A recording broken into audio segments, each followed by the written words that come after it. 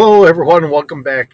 We're taking a slight detour today. We're not talking about ships, but today we are looking at droids. So this comes from Zenbar's. I think I'm pronouncing it correctly. Zenbar's fantastic technology droids.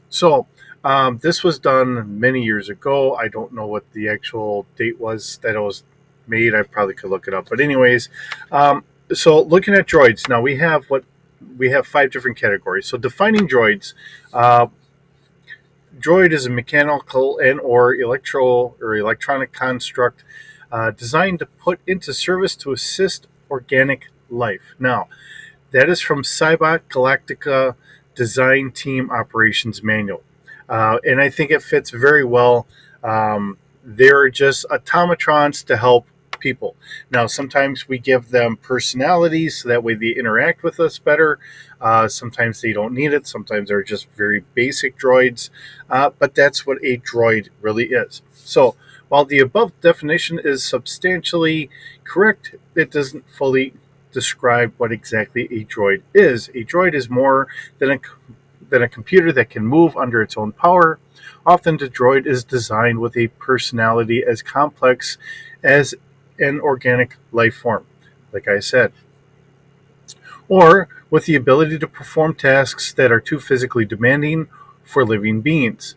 Most droids are programmed with an advanced synthetic intelligence, separating them from their purely robotic cousins, non intellect bearing mechanisms such as factory assembly robots, common on many low tech worlds, much as what Earth would be considered today. And we are getting closer to having actual droids. So I think this is kind of fitting for us. Some of the other things there are tons of things that we can talk about. So here we are. Um, Not all droids have the same complexity of programming. There is a vast diversity in droid functions, designs, and capabilities. A majority of droids have the common traits of self aware intelligence, locomotive, sensory reception, logic, manipulation, and communication based on the requirements of the manufacturer.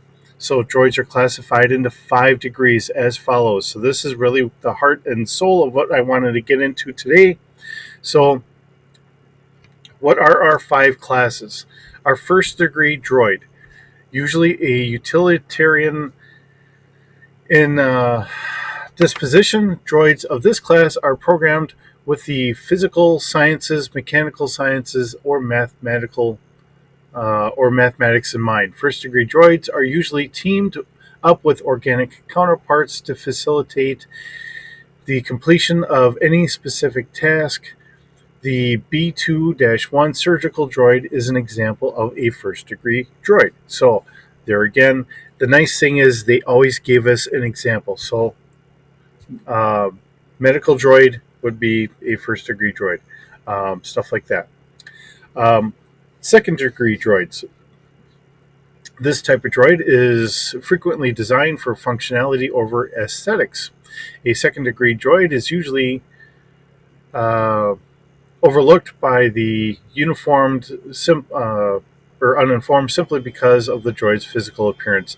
The lack of advanced personality programming on many models add to the common misconception. Second degree droids are programmed for environmental, engineering, and technical duties, such as the well applied sciences.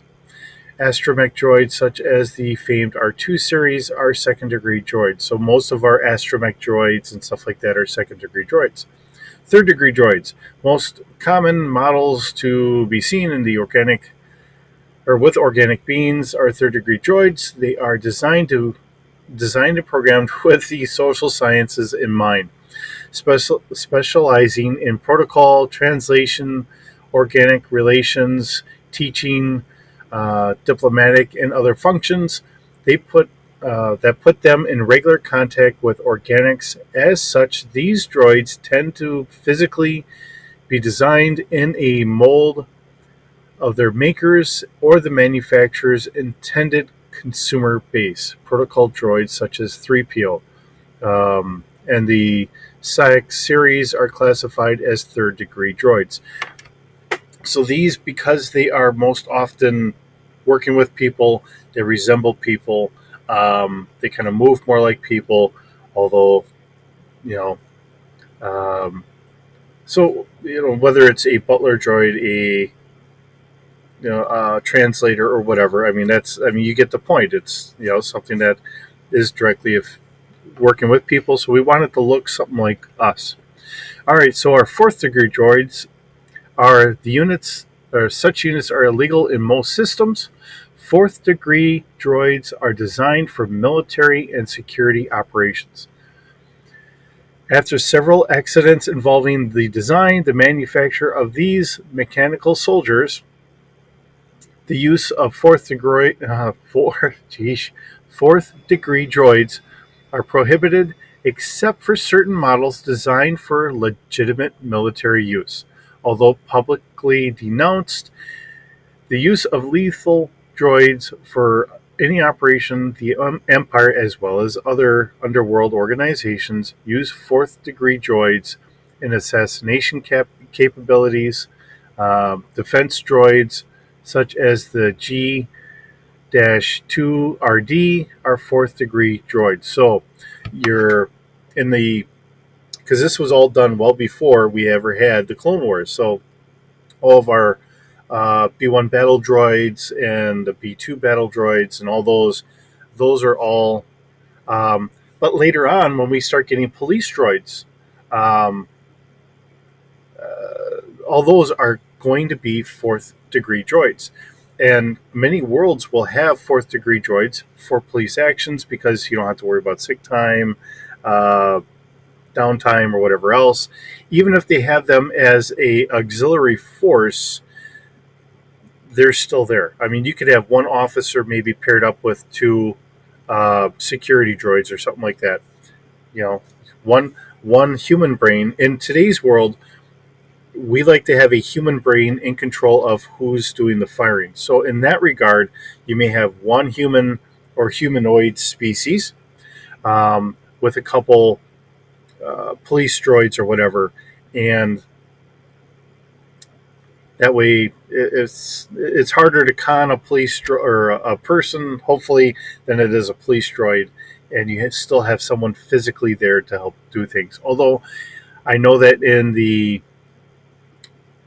Clone Wars and in Rebels and stuff like that, we had seen police droids off on their own. I guess, the take it in the Star Wars universe sense, because it's so much more common. Maybe they just overlook it and say that they trust their programming, not a problem. But like in today's world, our world, not the you know world of Star Wars, we still like to have a human in there somewhere. Okay, then last of all, we have our fifth degree droid. Similar to the primitive robotic units, fifth degree droids are typically programmed for menial duties such as simple lifting, mining, salvage transportation, sanitation, and waste control. The stuff that we don't want to physically get into. Fifth degree droids generally perform tasks deemed unfit or impossible for organic life. That's exactly what I led into. All right, the class of droid is seldom equipped with any advanced knowledge processors, save for those that are required to perform an intended task. Fifth degree droids are most common and most affordable, found throughout the galaxy. The BLX series labor unit is one of many fifth degree droids found throughout the galaxy. Now, here's the dark side of the galaxy at large. And unfortunately, I'm sure if you look at it in today's Earth world, not the galaxy of Star Wars, they're in the core where people have more money and all that, slavery doesn't really exist. It's been outlawed. Not saying it's gone completely, because I'm sure that there are underworld areas that it's still thriving. But for the most part, parts are available, droids are available. Nobody cares what you do with a droid. droids are going to be prevalent. Um, when you get to the Outer Rim, Tatooine, um, slavery then comes in. It's hard to get parts to replace broken things on droids. Um, the cost goes up because you got to manufacture them in the core, ship them out to the fringe areas. Dealerships aren't as common. It's more sparse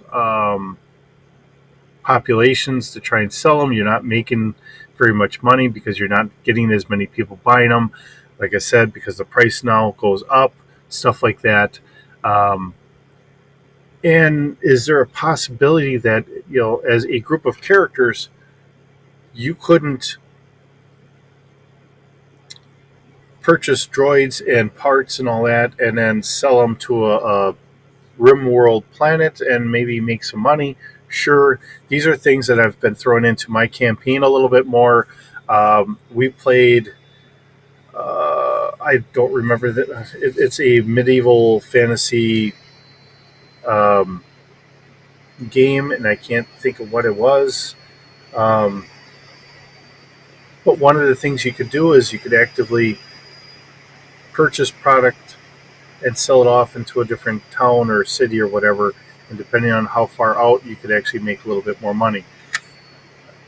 Me and my best friend, we had played that. We had actually done quite a bit of that, even if it was just down to us just throwing a couple things on our back at first and just getting enough money before we could get a cart, something like that.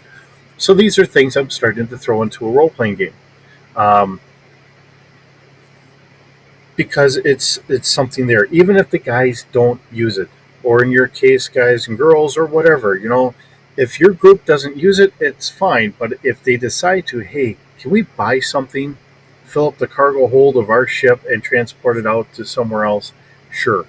That's one of the reasons why I've talked about this in some length on some other videos, because it adds some extra depth of things the guys can do. Um, Whether they take advantage of it or not, that's fine. Usually I'll have that off on a subcategory somewhere, and I keep it handy. I've noted before that um, doing Elite Dangerous, they do have a role playing game, they do have commodities and all that. You can actively go and find out what it is in a couple different places. So you can use that and just kind of modify it for your own purpose and say, in this area, I think it would be worth a little more than this area, and go from there. Um, but bringing droids to the whole world, to the wonderful galaxy that is Star Wars, and seeing what the degrees are. It's hard for us because we don't deal with droids on a day-to-day basis.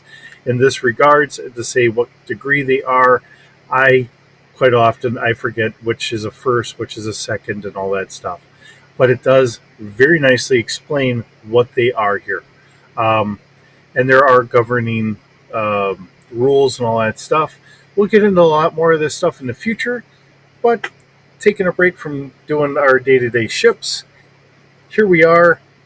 Wonderful stuff to throw out there, stuff that most people probably don't even think about. So, with that being said, hope you enjoy the series. Hope you're having a wonderful day, and we'll see you